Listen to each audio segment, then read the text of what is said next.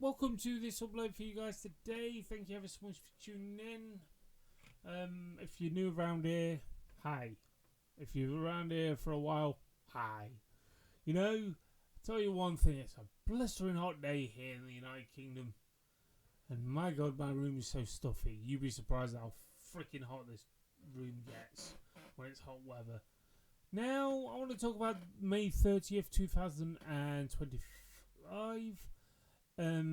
Episode of SmackDown that happened last night. As you know, for a while, I don't watch it live. I watch it at some point on a Saturday, as it stands. I don't know about next week because obviously I start a new job on Monday, and I don't know my rota yet. So hopefully, I can bring you more content as and when I can. You know, because at the end of the day, I've got to work around my rota. I hope you can understand that, even if it's reviews or random videos I post. And I'm grateful for everyone's support so far on this journey on Wrestling Fan Open Mic Night.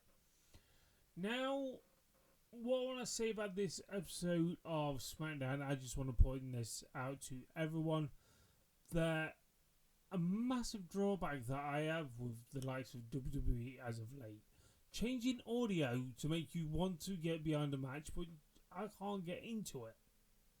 And it's a prime example how that actually pans off, obviously, with the opener between Naomi, Nia Jax, and Jade Cargill in that triple threat Money in the Bank qualifier. And the person that qualified out of that match was Naomi.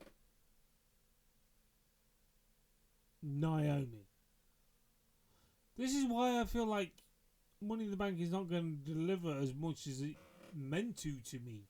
You know, it's one of my top 5 pay-per-views of the year that WWE do. I've already talked about it on my thoughts and opinions towards could this possibly be the last Money in the Bank. And Naomi's been there numerous of times. I don't think the likes of Jade Cargill's ever been there. You know? And I just feel like, what does Naomi add to the match that she's already been in numerous of times? You know, it just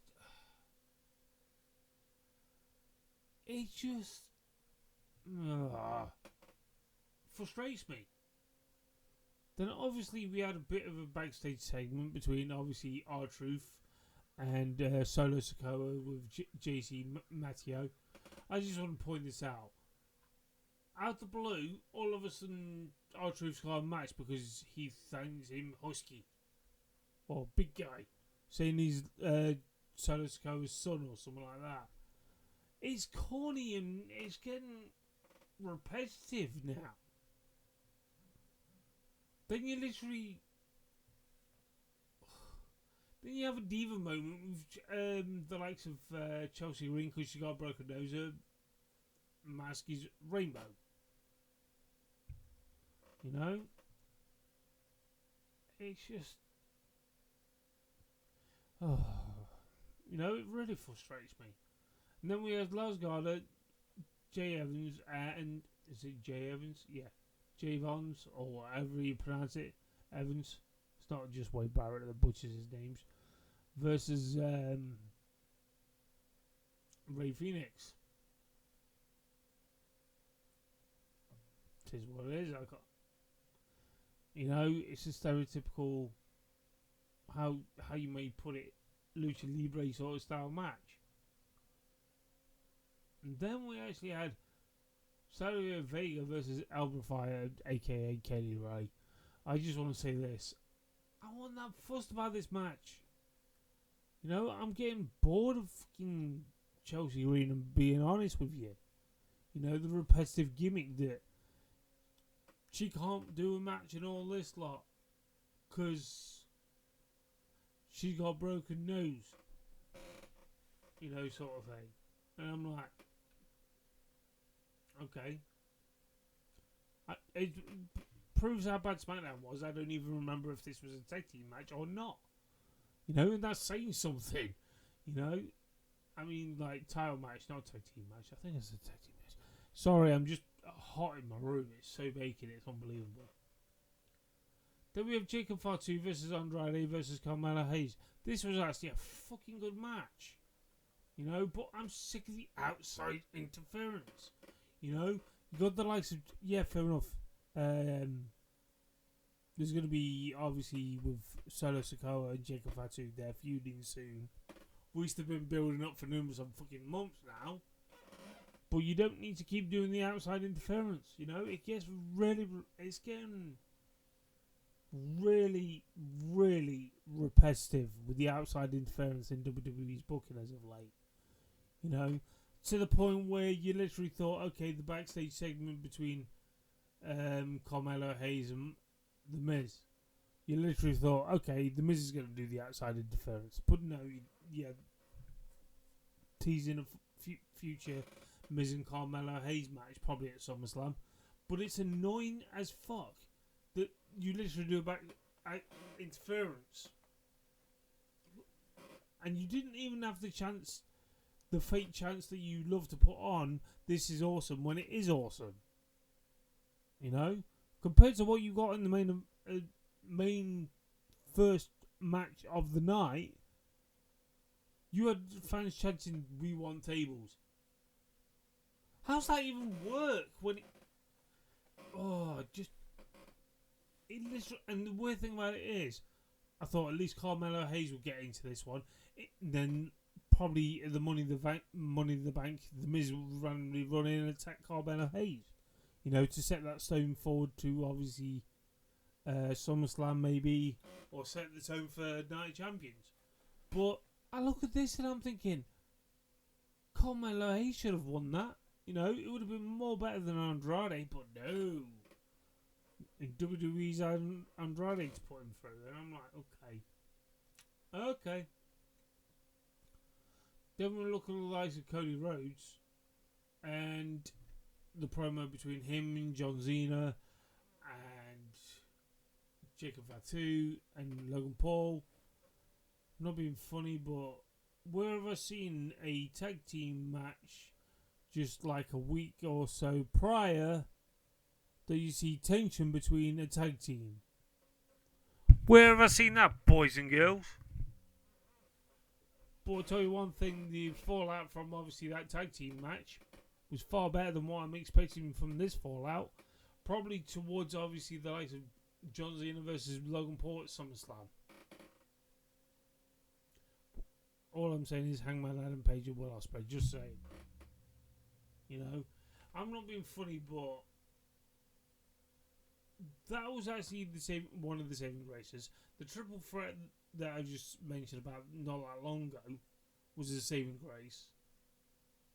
But the rest of it, meh.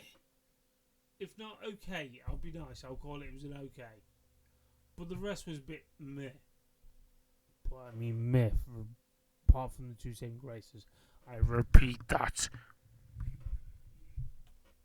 And yeah, you are building on Money in the Bank, which is next Saturday. A week from today. This is why I'm glad people do not pay for PLEs anymore. I really do. Because I'm not being funny, I think WWE would have lost a lot of money for doing this. And if it was just on a pay-per-view provider. Thank God it's on bloody Netflix. You know, and I'm looking at the Money in the Bank and I'm thinking, stop being boring. How am I going to save this? The saving grace. You've already, early in the show, you've already confirmed 4 matches. Are we going to literally get a fatal 4-way towards the tag team titles on then? Or are you going to wait till SmackDown the week after?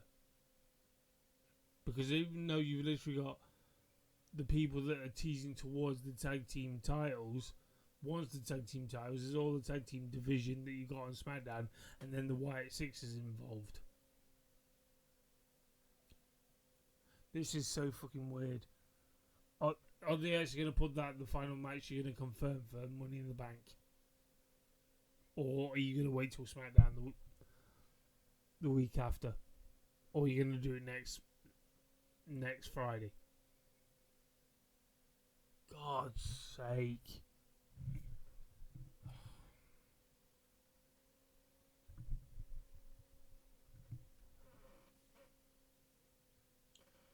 Oh boy, that's all I can say about SmackDown this week. I'm like, I was literally, even though my room's warm, sometimes I can't fall asleep when it's warm like this. If not, when it's hotter.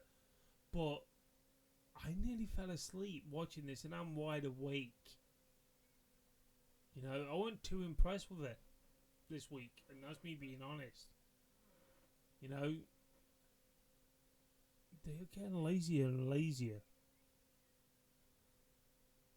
You know, it's mad enough that Cody Rhodes introduces main event Usos as a surprise. Don't get me wrong, it's a nice touch when he comes down to with the crowd and the kids. Don't get me wrong.